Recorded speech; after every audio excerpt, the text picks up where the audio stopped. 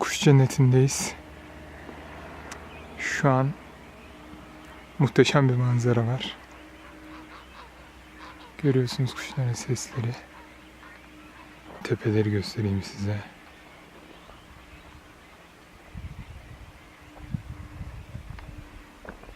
Ya şu manzara mükemmel ya. Bakın şöyle yakınlaştırayım daha güzel görün. Bak.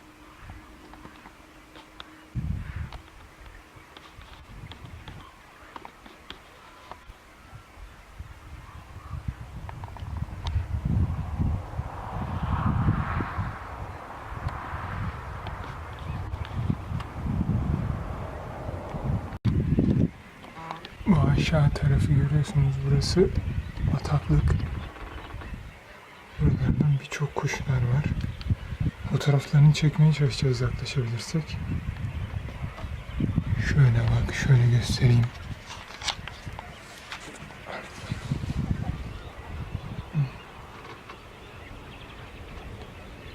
Muhteşem bir doğa.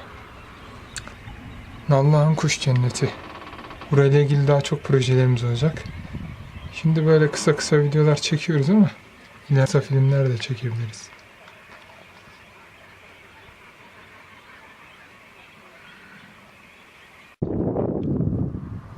Evet, göl kurumuş. Gördüğünüz gibi. Biz de şu an gölün üstünde devam ediyoruz. Havada görüyorsunuzdur uçan kuşları. Bir sürü kuş türü var. Leylekler de var. Tabii ben bugün kuş fotoğrafçılığı yapmayacağım. Çünkü kuşlar çok uzak ve benim lensim gerçekten yakın lens.